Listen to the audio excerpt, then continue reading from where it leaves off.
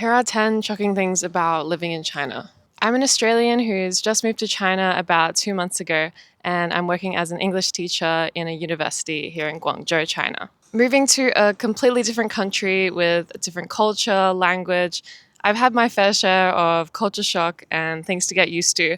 So I wanted to cover in this video 10 things that I found really shocking about moving to China. First of all, as a foreigner in China, obviously you stand out quite a lot. I have blonde hair, blue eyes.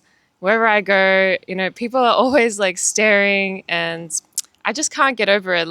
It makes me a little bit self-conscious. Everyone keeps staring, no matter if I'm just walking down the street or on the subway. It's just an unavoidable fact of everyday life that you just have to get used to. But I see a lot of foreigners here in Guangzhou, China. I thought that it's something that the locals would, they would be used to us by now, right? But I guess not. I keep getting looks all the time whenever I'm out in public. And, I'm completely fine with if they want to have a conversation with me, I can practice my Chinese. But I think maybe, they don't know if the foreigners can speak Chinese themselves. Maybe their English is poor and they don't want to try to converse in English. I'm not sure what the reason is, but I would rather them just come up to me and start a conversation instead of just staring. I don't know what the socially or culturally acceptable thing to do is. Can I start the conversation? Is that fine? Or is that crossing a boundary? Someone please help me out. For the most part though, I found that everyone here is super friendly and nice and willing to help out if I need. Another thing I've had to get used to here is the work culture. And this is completely different to what I expected. I had a slight idea of what it might be like, but it completely blew away my expectations. So working here as a university English teacher, I have a lot of freedom to do what I want with my students. I have the freedom to decide the course design, what I teach them, how I assess them. All of these things, they don't follow a particularly strict syllabus. So they've given me a lot of freedom to do what I want, which compared to Australia, in Australia, everything is by the books. You have to follow a plan. And I'm more used to that type of working environment and style of work. So coming to a place, where you have complete freedom to decide how you want to teach is a little bit overwhelming because everything depends on yourself, right? And you're not particularly sure if you're actually doing it right. So that's something that I've had to come to terms with. But on the other hand, it is really good because there's no one telling you what to do. You can decide things for yourself. Another thing that ties into all of this is that if you need anything, if you want anything, you have to ask for it. They're not going to tell you exactly how to do it, blah, blah, blah, blah. You need to ask if you have any questions. So instead of having a long induction and a whole training process, they just throw you in the deep end and you have to learn on the job. So that has been, taken a bit of time to get used to. Also, I am being provided with accommodation here. I'm staying on the university campus in a teacher's dorm, but the setup is very interesting. It's just a single room. I don't have a kitchen, so I always need to go to the canteen to eat or outside of the campus.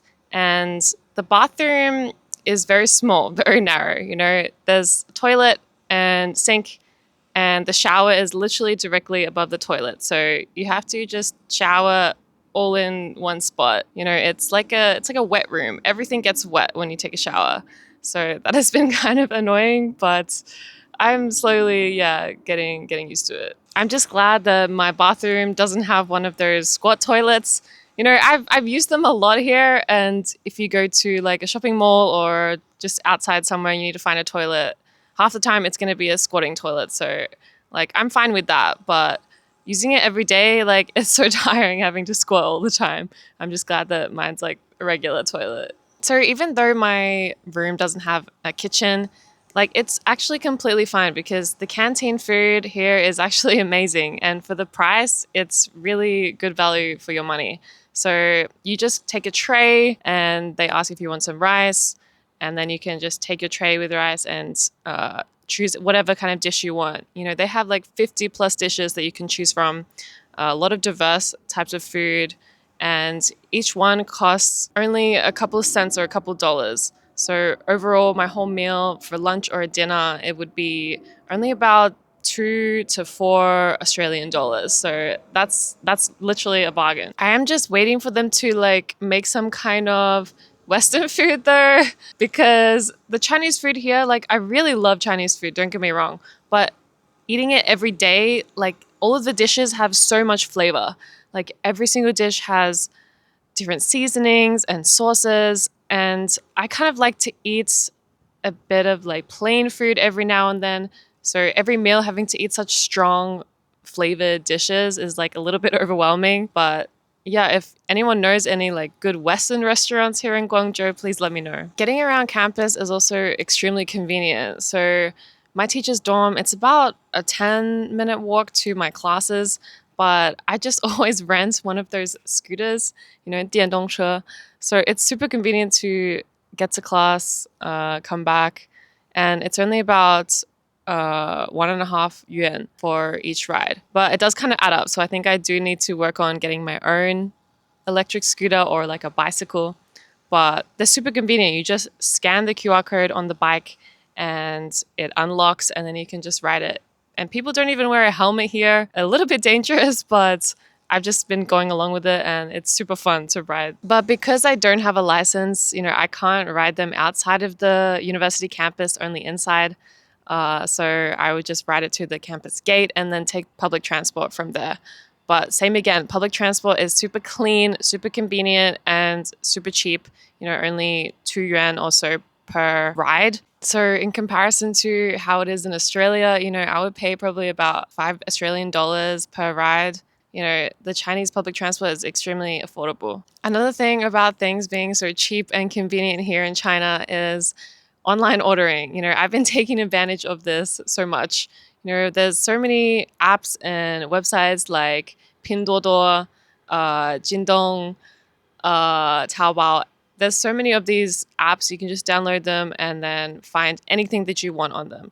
So if I need like a new towel, if I need coat hangers, I would just go onto one of these apps and it would be delivered to your door like the next day or the day after.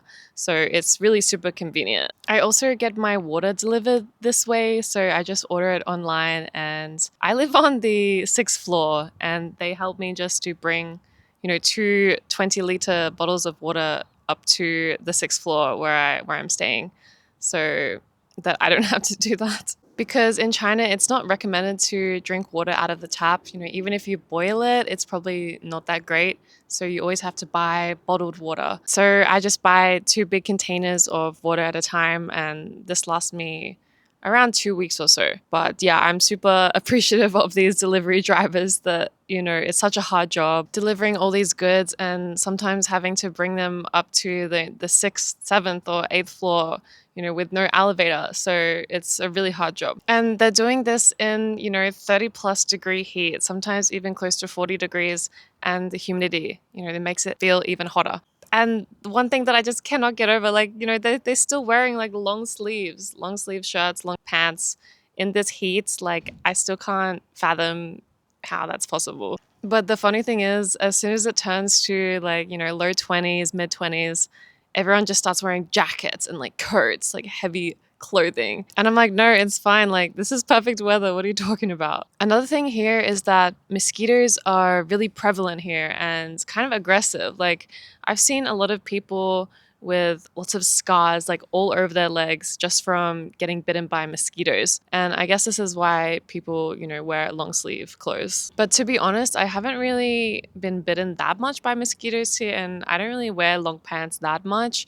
So I guess they just don't like me here or something, which that's good. Another shocking thing about living in China here is about people's obsession with pale skin and protecting themselves from the sun. But I actually think this is a good thing. Actually in Australia, I think we have one of the highest rates of skin cancer. People don't even care about getting sunburnt. They just want to go to the beach and get a tan. And it's really damaging to your skin, So people here in China, they always carry an umbrella with them. An umbrella is not just used for when it's raining. People just always hold an umbrella when the sun's out, so to protect themselves. So this is something that, I started adopting to protect my skin more, and yeah, I think it's a good thing. So yeah, those are my 10 interesting or shocking things that I found as someone who's just moved to China. So let me know if you have any more to add. Thanks, bye-bye.